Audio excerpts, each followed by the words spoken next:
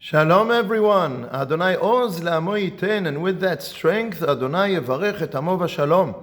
Parashat Chayei-Sarah, Tafshin Pei.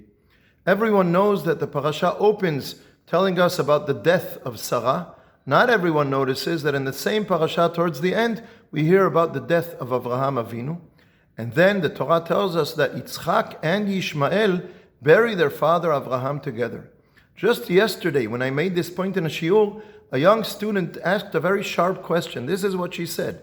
If your father would send you and your mother away and choose a different woman as his wife over her and a different son over you, would you return to them? Would you, when your father died, would you go and bury him with your brother? Wow, very sharp question. I praised her, I thanked her for her question, but I also have an answer to that question. Sending Yishmael away was very difficult for Avraham. The Torah says, Vayera hadavar, was bad in the eyes of Avraham. But Hashem says to him, do what Sarah says, and Avraham does what Hashem says to him. The challenges and trials of Avraham are about the trait of judgment, performing something that is difficult, but it's justice. It has to be done. Overrides sometimes mercy and kindness, which is the basic trait of the personality of Avraham Avinu. And Avraham learns this lesson and teaches us this lesson, that sometimes judgment overrides mercy and kindness. But when this happens, we have to be aware that there's still some pain here. There's still something wrong. There's something missing in the world about mercy and kindness. Rav Kook writes about this in one of the passages in his writings about Moshe Rabbeinu, that the Torah tells us in Parashat Chukat that he hit the stone. And Rav Kook says that sometimes zealousness, even when it's right, when it's full of holiness, sometimes zealousness is good, it's proper, it's the right thing to do at a certain moment, but there's also something missing in the world because of this zealousness, because of something that's done in a harsh way. And we have to be aware of this and make this something wrong in the world. We have to make it right. We have to correct that. And he says in the future we will reach a spiritual level where we can show power with a lot of peace and put the two together properly. And he quotes a pasuk in Zechariah, the prophet Zechariah, who says, "V'diber shalom lagoyim," we will speak peace to all the nations. And here is where we return to what we learned this Shabbat from Avraham Avinu. Avraham Avinu already had that trait that Rav Kook is talking about when he interprets what's going on with Moshe Rabbeinu.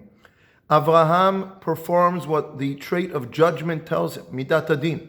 He sends away Yishmael, but at the same time he gives place for the pain, he gives energy to midat chesed, and he shows that it's painful for him and it's difficult for him because he doesn't want that side of the reality to be missing in the world.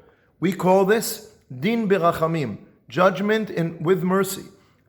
Judgment overrides, but mercy should be present there at the same time.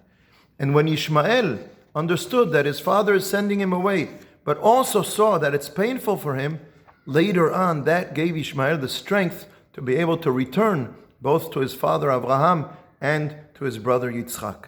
And this is the answer to the question, the sharp question that student asked. Yishmael understood this, and that's why later on he could return to Avraham, reconcile with Avraham and with Yitzchak. And what we learn here is so relevant for our lives. We are at war, Bnei Yitzchak with Bnei Yishmael. Right now the war is absolutely justified. We have to do it very strongly. Judgment overrides mercy at this time. At the same time, it's important that we remember that we don't want to become a nation of war and killing, that mercy and kindness is the more important trait of our nation so that we don't lose it along the way. It's true not only at war, in everyday life. Parents putting borders for their children, you have to be strict, but show them love at the same time that you're strict and you put the borders in place. Teachers with students, all relationships between people. Sometimes we're struggling in the society, we're fighting for something that we believe in ideologically, and we're struggling with other people who disagree with us. It can be absolutely justified, but at the same time that we're arguing and struggling with others, remember to put in their place for love and kindness and good energies between us and the people that we're arguing with. See, we learned something positive from Yishmael. On the same pasuk that says that Yishmael and Yitzchak buried Avraham together, The Midrash says that shows us that Yishmael did tshuva, so we are also, like Chazal, learning something positive from Yishmael. Wow! The fact that Yishmael could get this trait of Avraham, that even when judgment is overriding, mercy and kindness is still there. And therefore he could reconcile in the long run with his father and his brother. That is something for us to learn from.